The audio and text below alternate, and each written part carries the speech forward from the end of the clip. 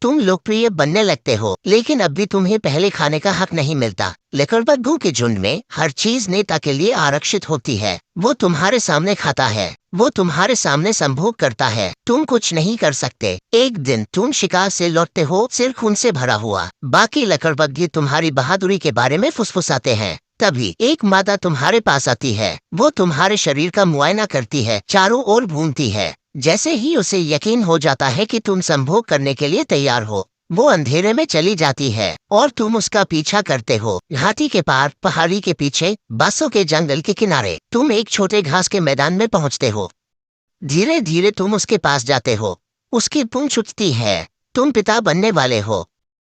वो तुम्हारा नेता है। वो तुम्हें पिछले 4 घंटे से पीछा कर रहा था। लकड़बग्घों की दुनिया में पहला हक हमेशा नेता का होता है। तुम अपनी जिंदगी से नफरत करते हुए झुंड में लौट आते हो, खाली दिल के साथ। चुपचाप लेटे रहते हो, न सुकून न नींद। चारों ओर बाकी लकड़बग्घे तुम्हारी हंसी उड़ाते हैं।